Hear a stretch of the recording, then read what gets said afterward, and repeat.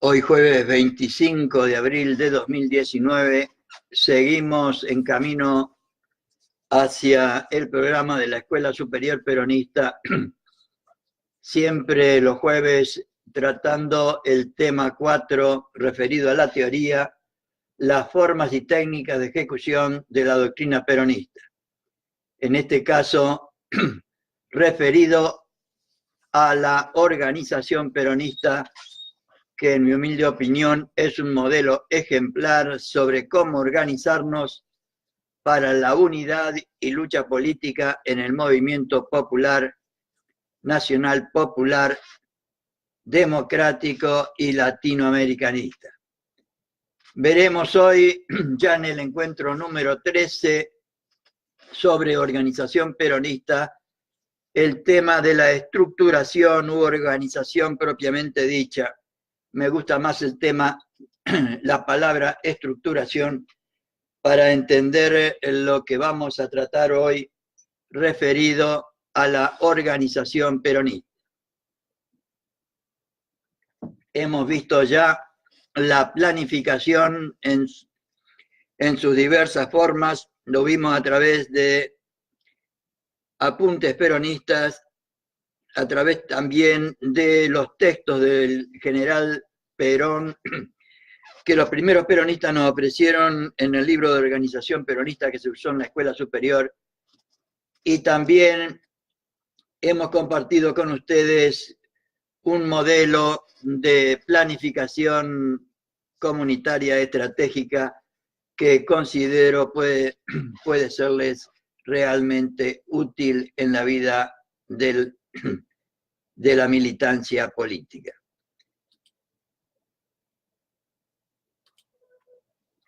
Estamos entonces en el capítulo 3 de Apuntes de Organización Peronista. Los primeros peronistas titularon a este capítulo Organización o Estructuración. Vuelvo a insistir que me gusta más la palabra estructuración, que en última instancia se refiere a uno de los dos elementos fundamentales de toda organización.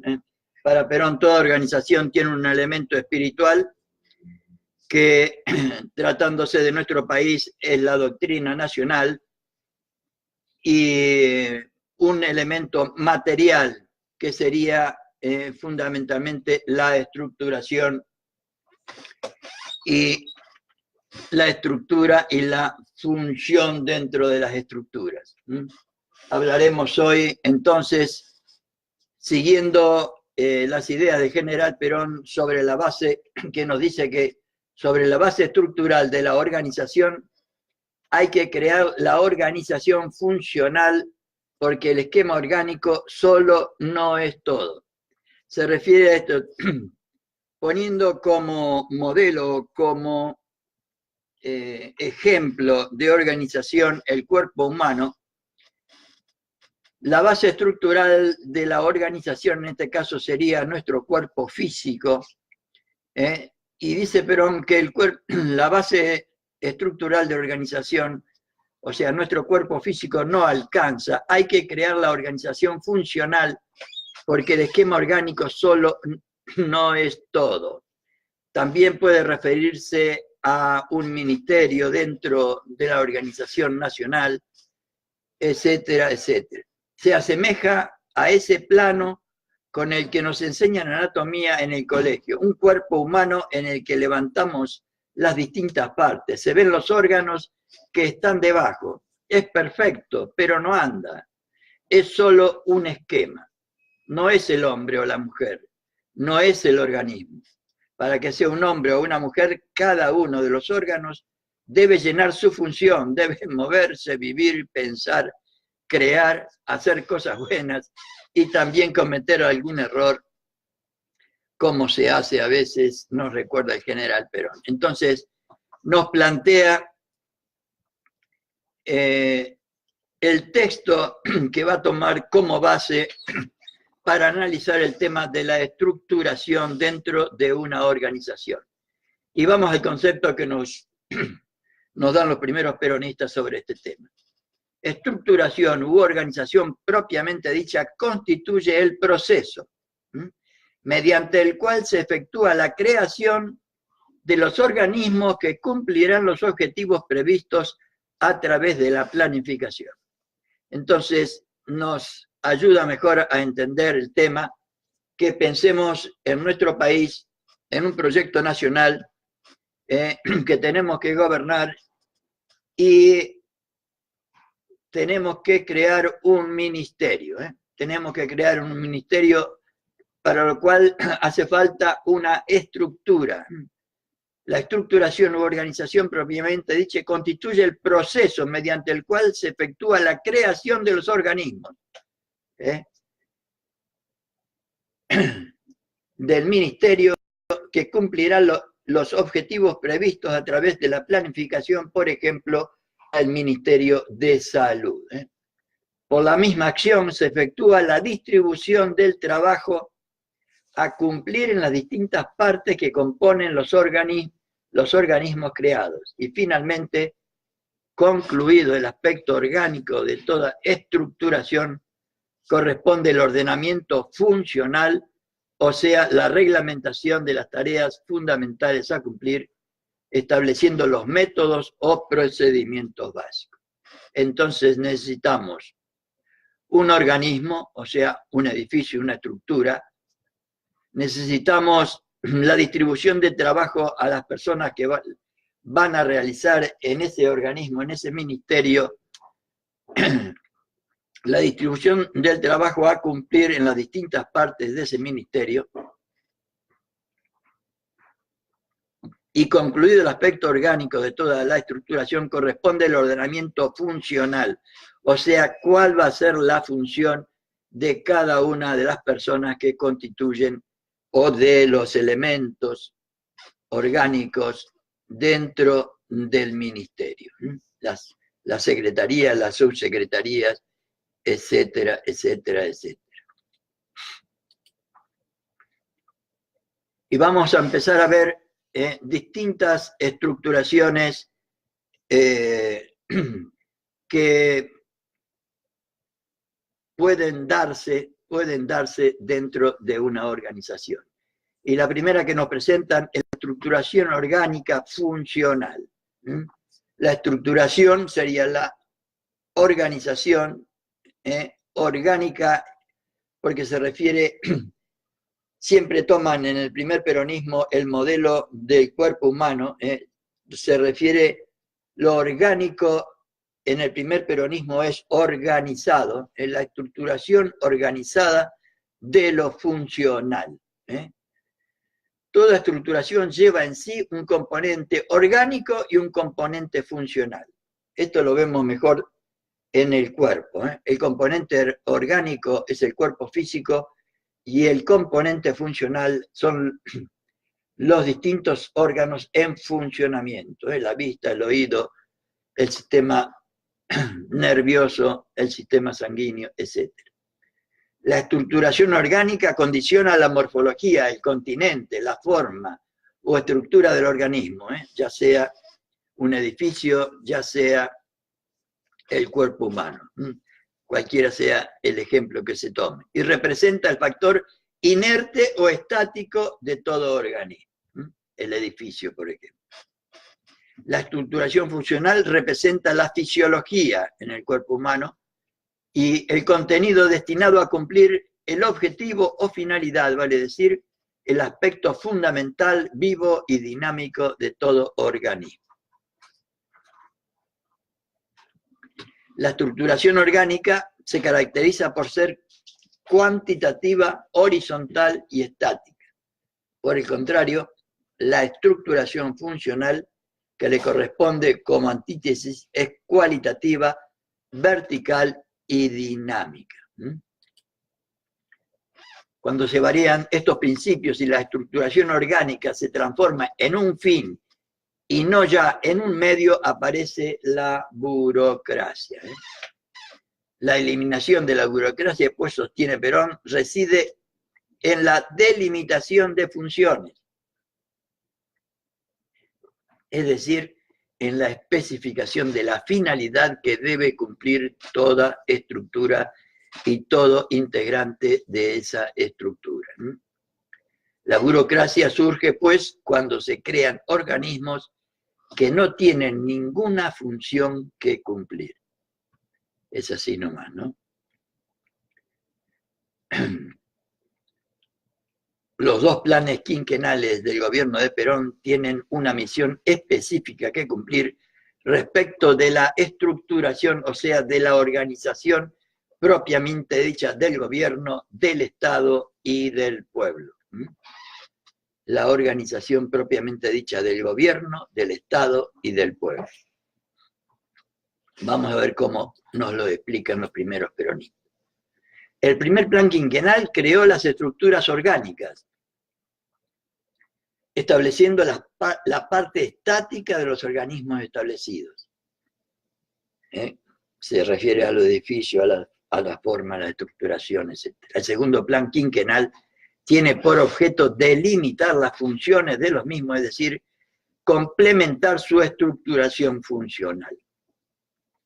Se crearon los edificios, se crearon las funciones elementales, y en el segundo plan quinquenal, delimitar las funciones de los mismos, es decir, completar su estructuración funcional. Es eso precisamente lo que afirma Perón cuando repite: en la organización que hemos realizado durante el primer plan quinquenal, nos dice en 1952, nos hemos dedicado a organizar cuantitativamente, es decir, a realizar toda organización estructural en el orden federal. Y se hicieron, creo que 8.000 escuelas, no sé cuántos hospitales, etcétera, etcétera, etcétera, ministerios, vivienda, etcétera.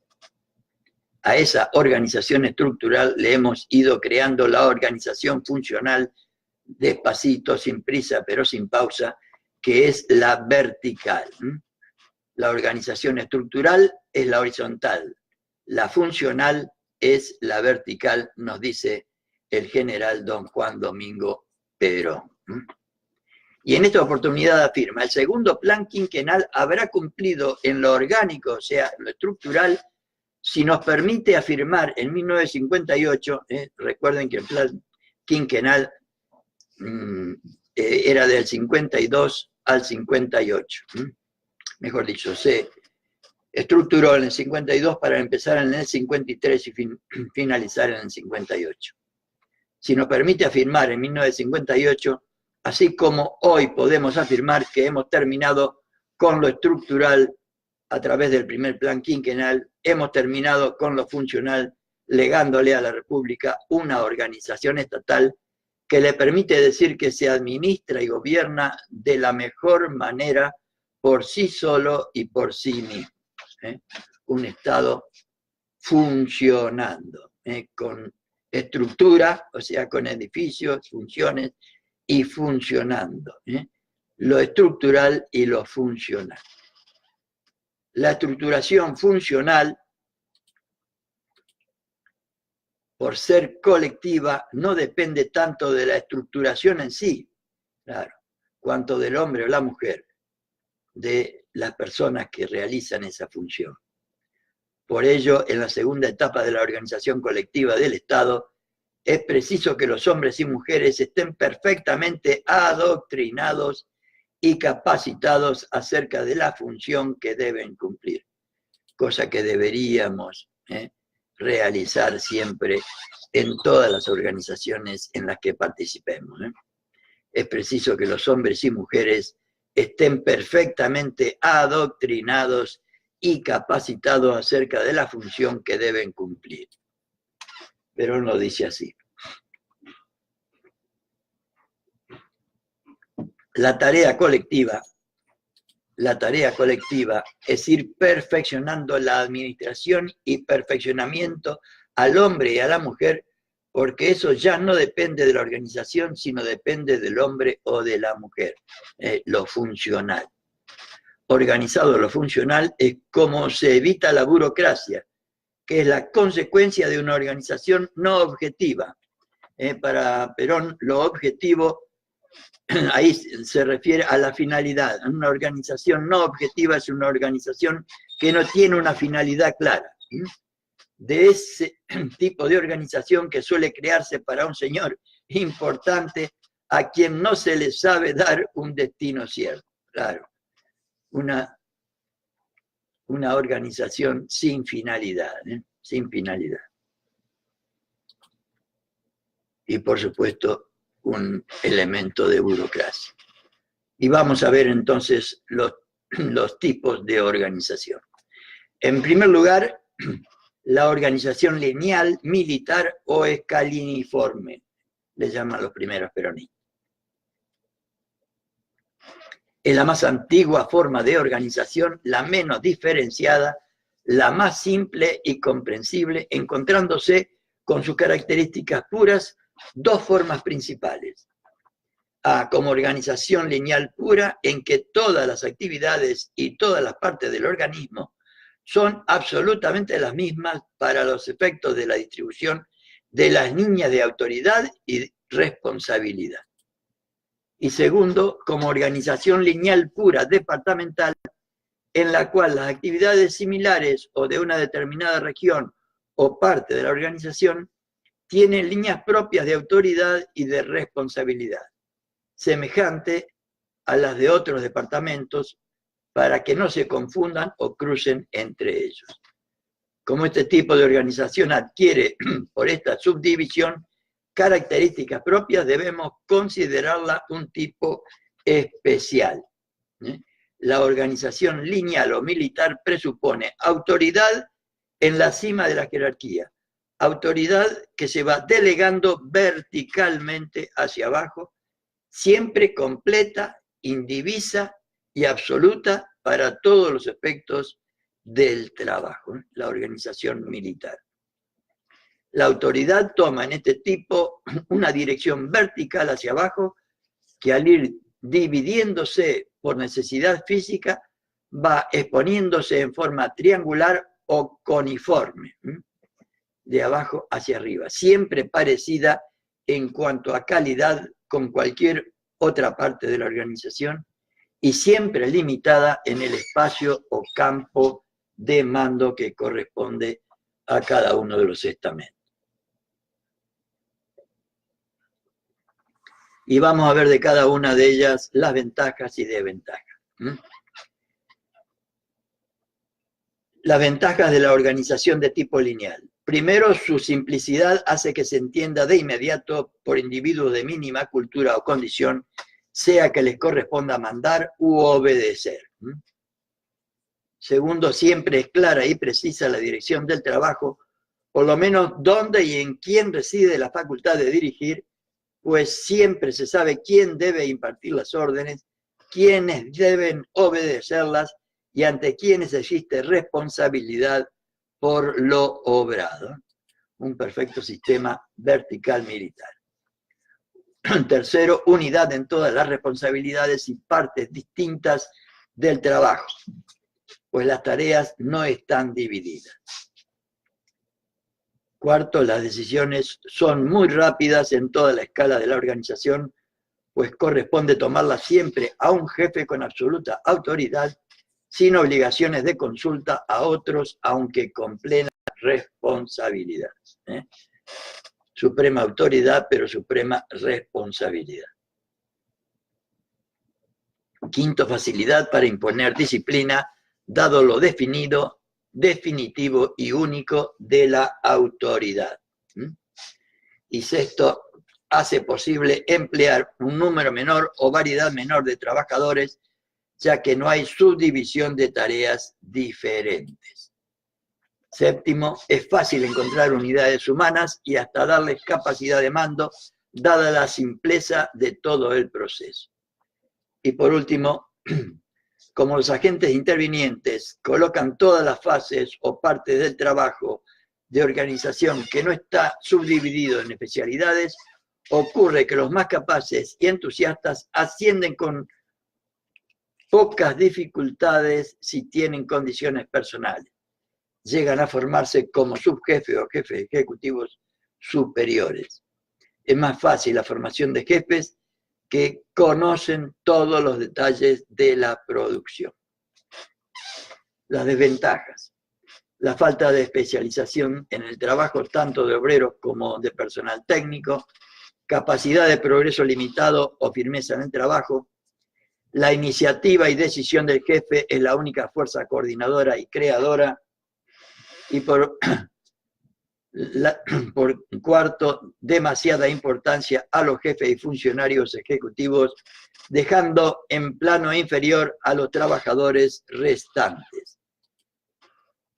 Y por último, inconvenientes en la dirección ejecutiva superior debido a la variedad de los deberes confiados a una sola persona. Segundo tipo de organización, la organización funcional. Estoy compartiendo con ustedes las distintas formas de estructuración, o sea, de organización que nos presentan los primeros peronistas en los apuntes de organización peronista. La organización funcional es el tipo de organización o de estructuración en el cual las actividades de la empresa son estudiadas analíticamente y cada una de ellas colocadas a cargo de especialistas, quienes deben adaptar sus conocimientos y capacidades especiales a la finalidad del trabajo hasta el nivel de su última realización. Este estudio analítico y subdivisión del trabajo puede ser llevado a planificar cálculos de tiempo, de rendimientos y calidad del trabajo de cada operario, herramientas especiales, etcétera, etcétera. Este tipo de organización de empresa causó una revolución mundial en la producción y el comercio, y este movimiento se llamó Taylorismo, el famoso Taylorismo. Los principios en que se basa la organización funcional son los siguientes. Primero, análisis de los distintos movimientos y tiempos del trabajo y actuación del trabajador y de los instrumentos. Segundo, selección profesional, que ha de comenzar con la captación de trabajadores en cantidad suficiente, sitios y tiempos en que se les necesita, diferentes capacidades que se han de tener para las variadas fases del trabajo, y conveniencia económica del trabajador y de la empresa, y voluntad con que pueden cooperar a las finalidades que se tratará de cumplir.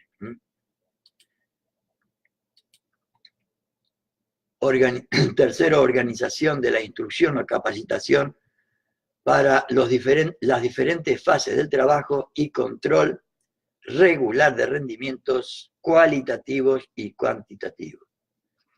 Cuarto, régimen de responsabilidades perfectamente definidas. Convendría, antes de entrar a estudiar las ventajas y desventajas de este tipo de organización, detenernos en algunas características que han de destacarse para poder apreciarlas precisamente en organizaciones complejas. Podría decirse que en esta organización tiene la máxima autoridad, aunque no sobre el todo de la organización, sino sobre la parte específica que le corresponde, el técnico especialista respectivo, estando el jefe ejecutivo máximo a un nivel de autoridad igual, pero no superior. El jefe es así coordinador más que autoridad absoluta. Coordinador de técnicos o técnicas distintas para darles unidad en la labor realizada. Las diferencias no son de alturas jerárquicas entre unos y otros componentes de la empresa, sino de varias responsabilidades en diversos campos especializados. Podríamos decir lo que hoy se llaman los equipos. Los especialistas responsables intervienen en todos los niveles de trabajo, tanto vertical como horizontalmente, más horizontal que verticalmente. Las desventajas de la organización funcional, o las ventajas, perdón, de la organización funcional. Facilita la especialización de todas las fases y niveles del trabajo, tanto para obreros como para jefes. Facilita la subdivisión del trabajo y el establecimiento de unidades de producción. Tercero, en este sentido, facilita el control del rendimiento cualitativo y cuantitativo. Cuarto, una función técnica difícil o costosa no queda circunscrita a un solo departamento o parte de la organización y puede aprovecharse en toda ella. Quinto, permite una mejor utilización de capacidades individuales hasta la mayor firmeza, designando las tareas según las aptitudes, preparación o gusto de quienes deben cumplirlas, aprovechándose así dichas condiciones naturales o adquiridas en cualquier nivel de la producción. Y sexto, como una ventaja de la especialización, hay economías en el trabajo en cuanto a la cantidad que puede rendir cada empleado. Séptimo, ninguna tarea necesita igual precisión o habilidad técnica o conocimiento durante toda la etapa de la realización, de manera que constituye otro posible factor de economía. La separación del trabajo mental y manual se planifica según la función que se ha de cumplir, por lo que pueden hacerse economías en cuanto a no entregar trabajo simple para que pueda realizar personal menos costoso a técnicos de elevada remuneración. Define, por último, claramente lo que es autoridad y responsabilidad en cada una de las partes técnicas. Perdón, creí que finalizaba acá. Noveno, facilita el establecimiento de métodos adecuados tanto para apreciar el rendimiento cuantitativo como para requisitos de material, tiempo, esfuerzo, etc. Es decir, facilita la normalización del trabajo en todos los aspectos. Décimo, permite que la más elevada autoridad técnica llegue hasta los niveles más bajos del trabajo y disminuye las distancias entre las etapas de la producción. Cuando el trabajo está bien planificado, estimula un mejor entendimiento, camaradería y cooperación entre todos los trabajadores y trabajadoras. Al permitir y estimular la especialización o profesionalización de todo trabajador, da a estos, hasta los niveles más bajos de la producción, una moral más amplia, tanto en lo que a la empresa se refiere como la estimación del personal. Y las desventajas de la organización funcional son, primero, es difícil instalar con toda propiedad el sistema exigiendo una gran dedicación y alto nivel de conocimientos, tanto en la subdivisión de las tareas como en su consecuente integración o coordinación. Tarea que vamos a ver más adelante específicamente, la coordinación. Dado que se disminuye la autoridad individual, aumentándose en otras calidades de individuo, se hace difícil obtener colaboración, especialmente en los niveles inferiores de la organización, donde la cultura o la adaptación a la vida en colectividad es menor. Tercero, por iguales razones, es más difícil mantener la disciplina. Cuarto, puede ocurrir que el control se haya establecido y dividido tan variadas veces que sea difícil obtener rapidez en la acción. Quinto, falla en cuanto a formar jefes ejecutivos, sobre todo en los niveles superiores, capaces de abarcar toda la labor de la empresa, hecho que es necesario recordar siempre. Los especialistas se van formando, perfeccionando y progresando en su respectiva especialidad y se les hace difícil apreciar las otras con la debida ecuanimidad frente al propio campo de acción. La jefatura viene así a ser una especialización propia, un entrenamiento planificado para que llegue a desempeñarse como corresponde. Tercer tipo de organización, la combinada o mixta. Es aquella que permite la armonización del mando y de la función, facilitando que las tareas se cumplan en mérito de la subdivisión del trabajo y a la acción de los especialistas, pero condicionando un ordenamiento de la estructura a su faz de responsabilidad directiva. Este tipo de organización acepta la verticalidad en cuanto a la transmisión de órdenes, y en Contralor y las órdenes y en Contralor, y la organización funcional en cuanto a las tareas a cumplirse. Esta síntesis o combinación nos da el tercer tipo de estructura, ya que al vincular los componentes horizontales o funcionales con los verticales o de mando, se observa una penetración más profunda de las órdenes y un conocimiento mayor por parte de los agentes de la estructura para saber en todo momento cuál es su función y realizarla adecuadamente. Cuarto tipo de organización, la centralizada. El prototipo de esta organización está dada por los consejos o comités, con autoridad total, con autoridad limitada, sometidos sus acuerdos o resoluciones a la posibilidad de veto, con carácter de organismos asesores o de consejos técnicos, de funcionamiento regular como necesaria para el engranaje de organización, de funcionamiento irregular como asesores o consultores extemporáneos u ocasionales y de discusión o de investigación de valor técnico o administrativo a disposición de quienes deseen utilizarlos. Sus ventajas. Organizados los consejos o comités son con diferentes individuos a quienes se les coloca en un mismo nivel para estudiar y resolver problemas, permiten que se originen en su seno muchas buenas ideas o combinaciones de ellas. Por esto es necesario que al funcionar como tales, se hagan desaparecer en sus reuniones las diferencias de autoridad entre sus miembros para que todos, en plena situación de libertad y de confianza, comprendan que su designación para formar parte del comité tiene por objeto precisamente obtener de ellos la expresión más completa y sincera de sus pensamientos, experiencias y opiniones sobre las materias que se han de tratar.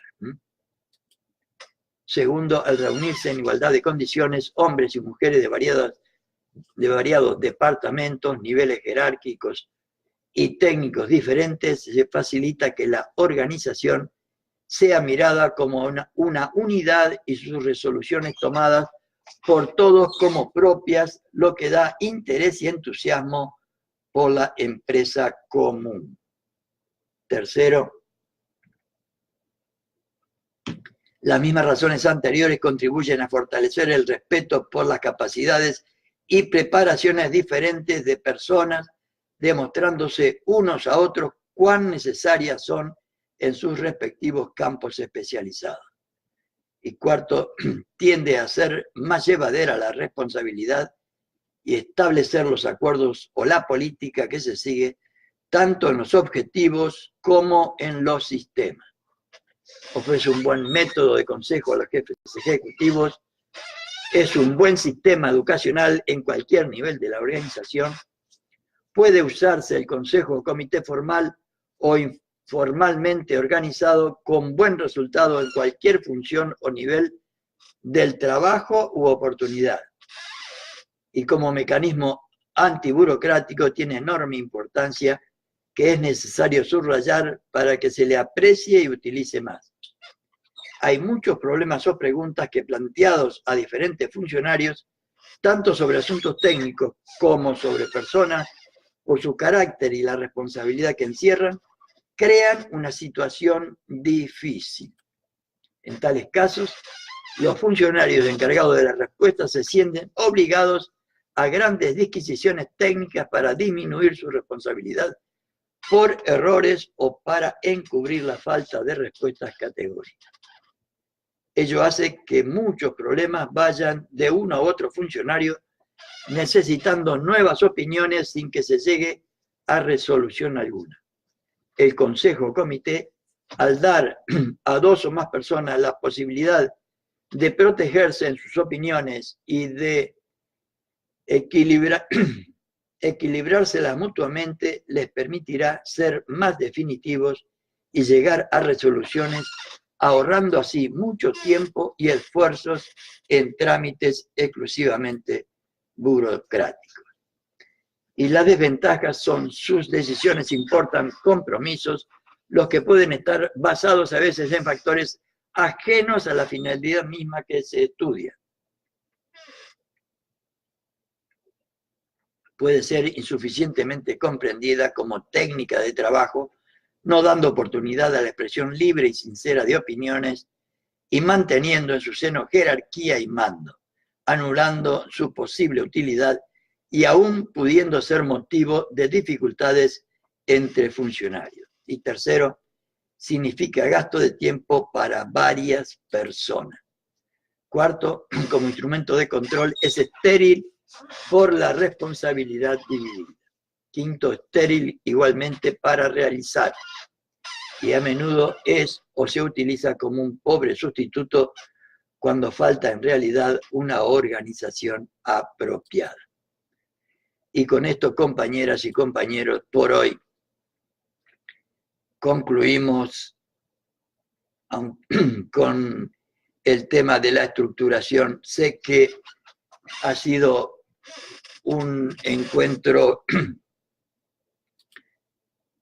complicado, complejo, abstracto y algunas cosas más, pero está en el libro referido a Apuntes de Organización Peronista. Hacen referencia a las distintas formas de organización que podríamos utilizar y vamos a ver a continuación en el próximo encuentro la forma peronista de estructuración u organización. Muchas gracias a los que tuvieron la paciencia de escucharme hoy en tema tan arduo y complejo y difícil, pero me pareció importante compartirlo también con todos ustedes y con todas ustedes. Muy buenas noches a todos y a todas.